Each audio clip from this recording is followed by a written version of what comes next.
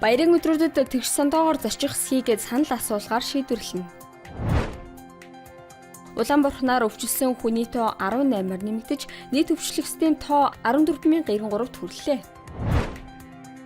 Алтан хуйг нарыг хөгжлийн банкны хэрэгээр дахин шүүнэ. Онцгой албан татврын тэмдэггүй арх худалдан борлуулсан явдал гарлаа.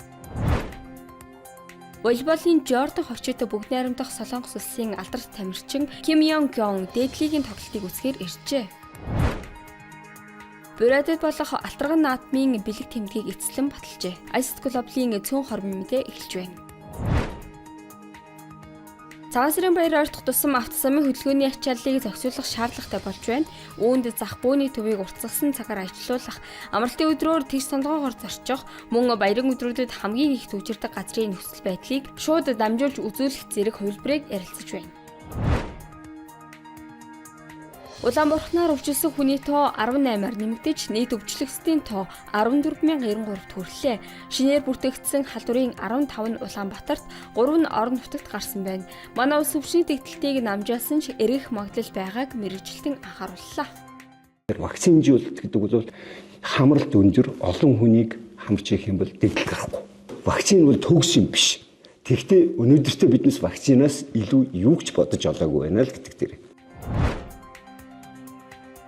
Улсын хурлын гишүүн Норвегийн алтан хуйг болон 42 иргэн 3 хуулийн этгээдийг хөгжлийн банкны хэрэгээр дахин шүүхэр болжээ. Алтан хуйг нарыг өнгөрсөн жил цагаатгсан ч анхан шатны шүүхийн шийдвэрийг 4 прокурор бүхэлд нь эсэргүүцэж, нийслэлийн эрүүгийн хэргийн давзаалах шатны шүүхэд гомдол гаргажээ. Тус гомдлын шүүх хурал энэ сарын 10-нд болох бөгөөд тэднийг ял авах эсэхийг дахин шүүнэ. Дорнод аймагт онцгой албан татврын тэмдэггүй арх худалдан борлуулсан явдал гарчээ. Сар шөнийн баяртай холбогдуулан иргэд та бүхэн худалдан авалт хийхдээ анхааралтай байх. Гарал үүсэл нь тодорхойгүй сэжиг бүхий арх согтруулгундаа худалдан борлуулж буй тохиолдолд цагдаагийн байгууллагт хандахыг зөвлөж байна. Волейболын Жордан ховчид бүгд найрамдах Солонгос улсын алдарт тамирчин Ким Йонг Гён волейболын дээд лигийн тоглолтыг үзэхээр манай улсад ирээд байна.